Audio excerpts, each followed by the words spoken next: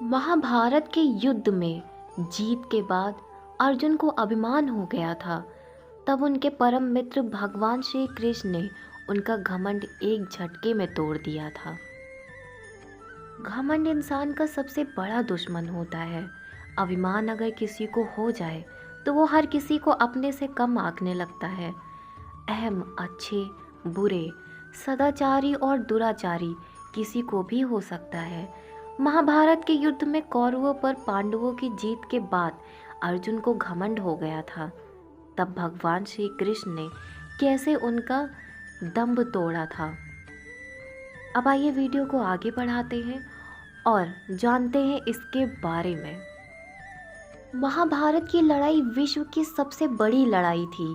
अर्जुन जब कर्ण जैसे महारथी, दुर्योधन जैसे महाबली और कौरवों की सेना को परास्त करने के बाद विजेता बन गए तो उनको लगा कि उनमें बड़ा पराक्रम है, उनके बाड़ों में बल है, पुरुषार्थ है। अर्जुन यही सब अपने मन में सवार करके युद्ध भूमि से लौट रहे थे। जब अपने शिविर के आखिर में पहुंच गए तो अर्जुन के सारथी भगवान श्री कृष्ण ने कहा कि पार्थ, रथ से नीचे उतर जाओ। तब अर्जुन ने कहा कि माधव, आप सारथी हैं, आप पहले उतर जाइए। तब श्री कृष्ण ने कहा कि नहीं मित्र, तुम पहले उतर जाओ। विवाद बढ़ने पर धर्मराज युधिष्ठिर ने कहा कि अर्जुन, द्वारिकाधीश अगर कोई बात कह रहे हैं तो उसमें ज़रूर कोई संकेत होगा। इससे अर्जुन को कुछ समझ तो आया नहीं, फिर भी वो भ्रकुटी पर दांव दिए हुए थोड़े अनमने भाव से रथ से नीचे उतर गए। इसके बाद जैसे ही सब लोग जाने लगे और भगवान श्री कृष्ण जैसे ही रथ से उतरे, रथ में एक भयंकर विस्फोट हुआ और रथ छोटे छोटे टुकड़ों में बट गया। अभिमान जिसके सर पर सवार था, उस अर्जुन ने जब पलटकर देखा तो रथ जल रहा था। अब उसे ये तो समझ आ गया कि उनके सखा श्री कृष्ण ने उनको रथ से उतरने के लिए क्यों कहा था, पर विस्फोट का कारण अभी भी उनके समझ से बाहर था।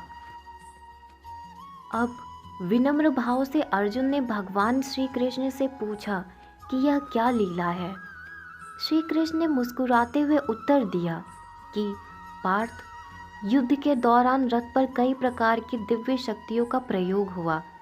तुम पर जिन घातक अस्त्रों का प्रयोग हुआ उनका असर अब भी इस रथ पर था, लेकिन वो घातक शक्तियाँ सिर्फ इस वजह से काम नहीं कर रही थी क्योंकि उस रथ पर मैं सवार था। अगर इस रथ से मैं तुमसे पहले उतर जाता अर्जुन, तो युद्ध जीतने के बाद भी तुम जीवित नहीं होते। तब अर्जुन को एहसास हुआ कि विश्व की सबसे बड़ी विजय जिसको वह अपना पराक्रम मान रहा है, वो केवल उसकी उपलब्धि नहीं बल्कि उसमें ईश्वर के उस अंश की सद्भावना है जिसे मधुसूदन मनमोहन कन्हैया कहा जाता है। तो यह थी आज की हमारी वीडियो कैसी लगी हमें कमेंट करके ज़रूर बताएं। वीडियो को लाइक शेयर करना ना भूलें और ऐसी ही वीडियोस के लिए हमारे चैनल को ज़रूर सब्सक्राइब करें। अपना कीमती समय देने के लिए धन्यवाद। अब मिलते हैं नेक्स्ट वीडियो में, तब तक के लिए राधे राधे।